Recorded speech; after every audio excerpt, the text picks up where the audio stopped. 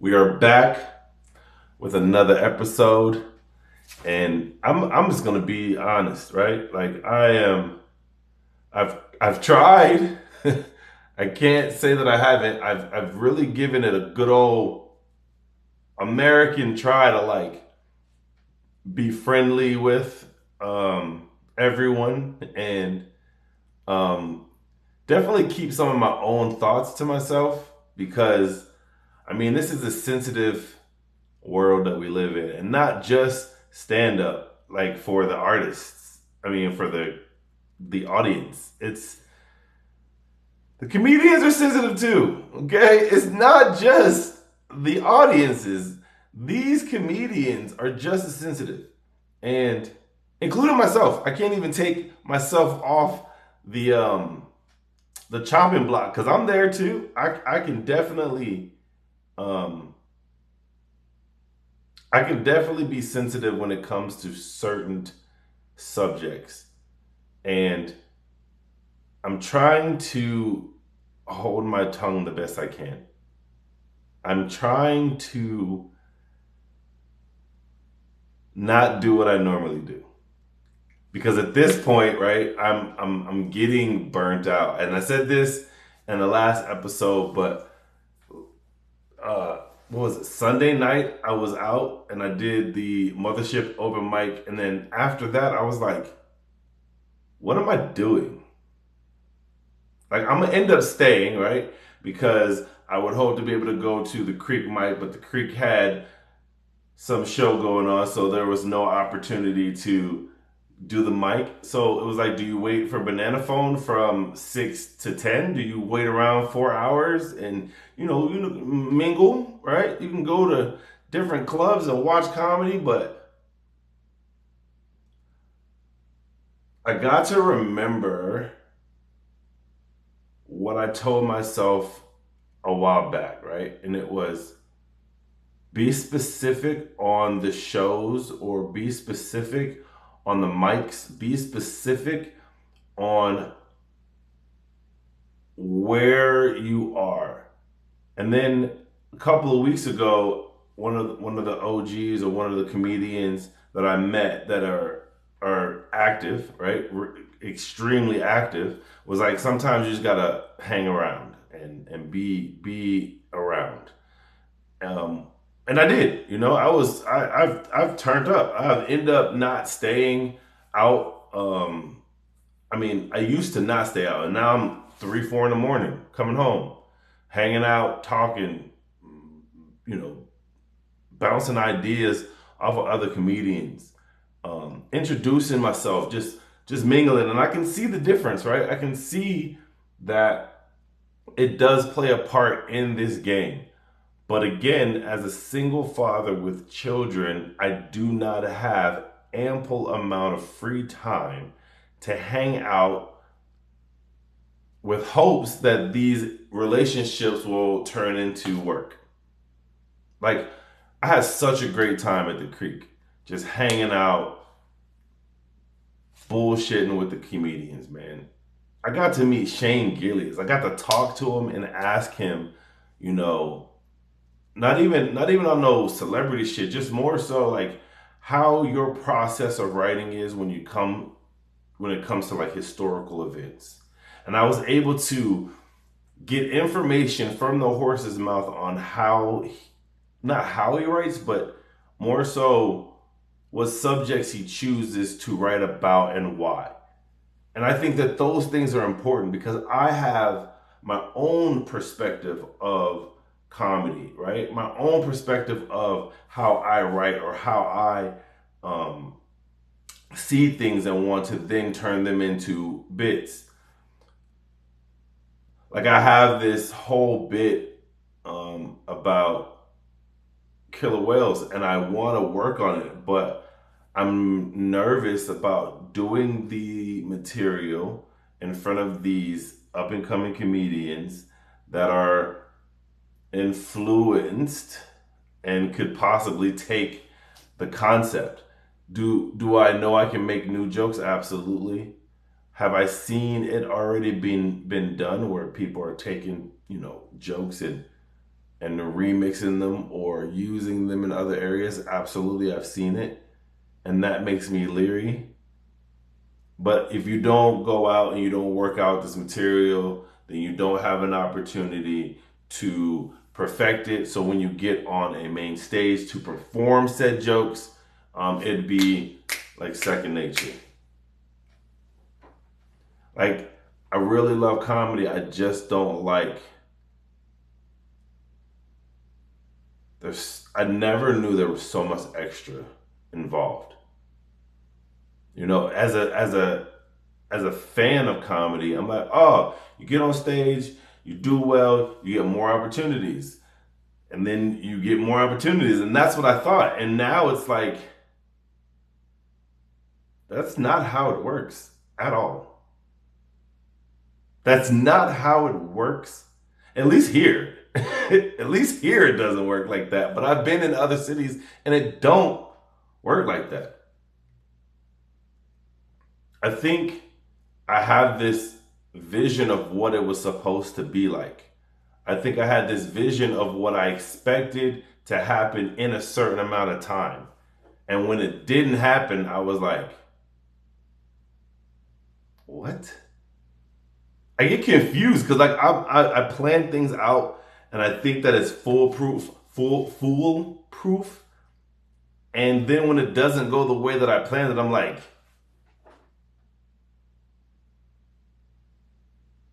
and now it's in the process of like, what did I do wrong, and why didn't it go the way I expected it to go?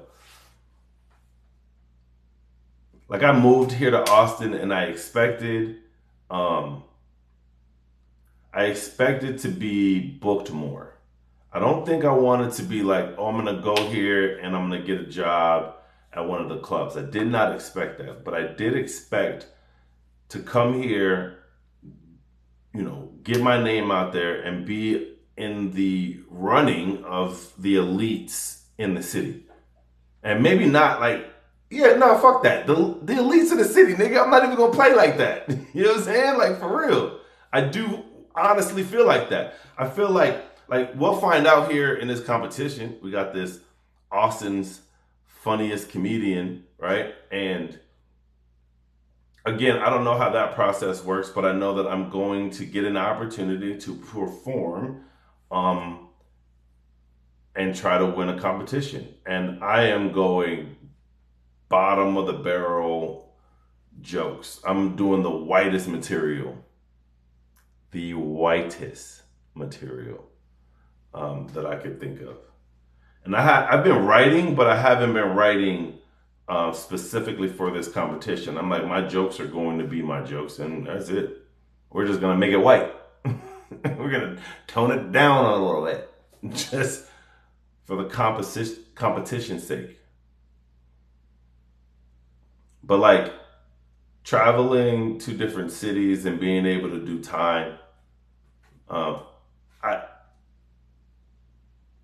I can't even explain how it feels to go to another place and people come to see you perform.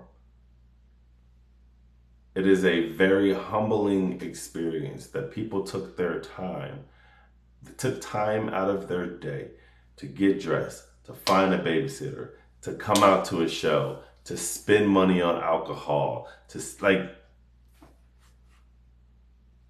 it's a great feeling. And then especially when they leave and they had a good time and they'll do it again, those are the type of things that I want to work for. Like, there's no real agenda here. I don't have no lines that are like, we're gonna talk about this and then we're gonna talk about that. And we're gonna nah, it's just how I feel at the moment. And I feel like there's a lot of stuff happening on the back end.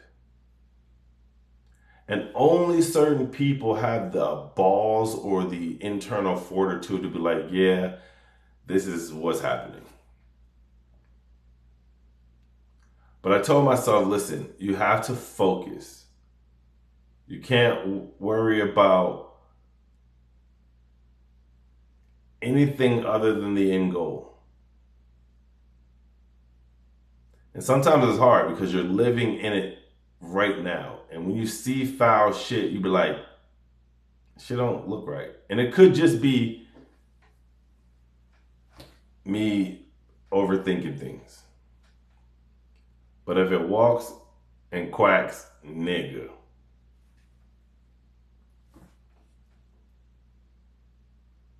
Like, we got a show coming up in Tampa. I'm excited about that show. Um, I got a lot of people coming into town from out of town that I hope this show does well. We did promotions on it the other day, and the promotions are moving pretty fast. So I'm excited about that. Like, putting on these type of shows is stressful. Putting on these type of shows are exhausting because you want people to come, you want people to show up, but you're realistic about, like, what if nobody actually comes? And I think after my July show, I think I'm gonna take a hiatus on doing stand-up shows and just I think I'll need to get my like life in order, get my mental health in order. This is like Men's Mental Health Month, so I want to take a step back for a moment and reevaluate um, the goals and restructure the goals into something a little bit more tangible, maybe, and then work my way up to larger goals. Because right now, the way things are going, I just feel like I am treading water. I feel like I am in the middle of the ocean, nothing around me, no life vest, no life jacket. It's not cold, but I'm out there treading water. And eventually, unless someone comes by on a ship or um, that's pretty much it, nigga. Like, with nothing else out there, I'm pretty much a dot in the sea, right? And the outcome doesn't look too good. So I could stay there and tread water or start swimming. And it's time to start swimming. I've been treading water long enough, and that's a really great analogy versus, right, like getting picked. I was hoping that in a vast ocean that someone would see me and be like, "We'll save you." So I'm gonna take it upon myself to turn up and focus on swimming. This has been going on long enough. Like, I've been trying to. I bet on myself. I bet on myself, and I've been doing fine. It's not like I'm struggling by any means, but I'm not where I thought I would be 6 months ago.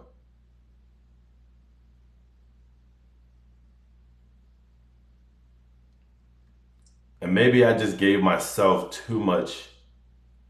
Maybe I gave myself too much credit. Maybe I wasn't ready yet. And I'm not sure. I still don't know um, if betting on myself was a good idea. But I mean, sometimes you just gotta go through the fire, man. And I'm going through the fire. I'm going through the fire. And on top of that, still trying to maintain a household, still be a father to two children, still create a home for them, as well as focus on comedy. It's a lot. And I find myself being overwhelmed at times. And being that I don't have a large support system, and probably due to my own ignorance, right? But it, like, what do they say? Heavy hails the, like, heavy wears, you know what I'm trying to say, nigga. Heavy bears the crown that you wear. Some shit, nigga. I don't know all the fucking sayings, but it's heavy, nigga. It's heavy out here. And I want to make sure that I'm setting a good example for the little ones, as well as for, the generations to come. Like, I don't want to be like, yo, I tried and I tried and I tried and it just didn't work out. That's not an option. But it is a marathon and not a sprint, or at least that's what they say. So I'm going to take it as that. Am I funny? You fucking right I am. Have you learned all the techniques as a comedian? Not by any means. Not even close. I'm doing things on stage where I just realized, oh shit, that's what that was. And it's happening naturally.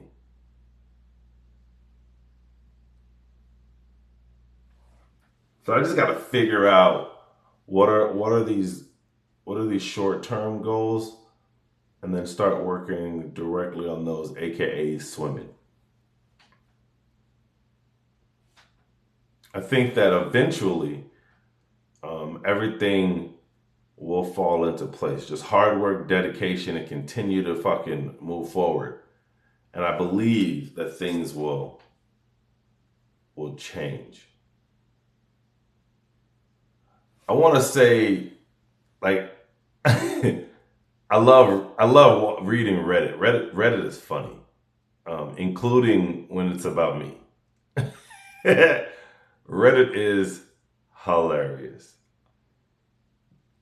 but I have to be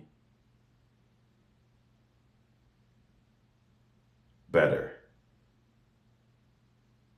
I have to be better. I'm on a platform where millions of people will see me. And I've done my closing joke, and I've done one of my middle really good jokes, and both of them did not do well on that platform. So I have to now reevaluate the jokes that I tell when I go on that platform.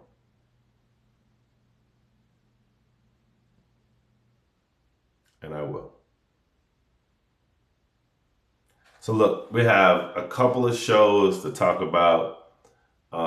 June 16th, I am performing at Shakespeare's with Nikki and Friends. That is Nikki Coleman and Friends. So if you will, we got a whole lot of people on that motherfucker, man. So buy your tickets. Fuck with your boy.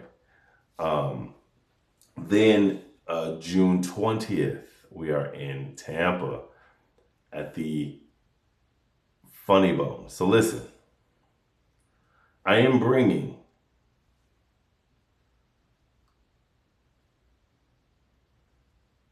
three comedians myself that have been on Kill Tony, and then three special guests. 4 comedians from Kill Tony, 3 special guests. June 20th, Tampa Improv, Tampa Funny Bone. Tickets are available now. Please get your tickets. I would greatly appreciate if we can have a large room. Let's see what else. We have July 25th. Bet on Black. Listen to me when I tell you.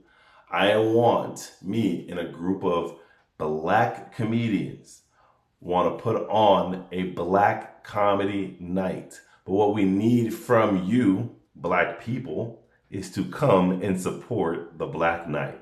So, July 25th. July 25th at Shakespeare's Pub at 8 p.m. we are having Bet on Black, where we have all Black comics doing stand-up. We need you to support.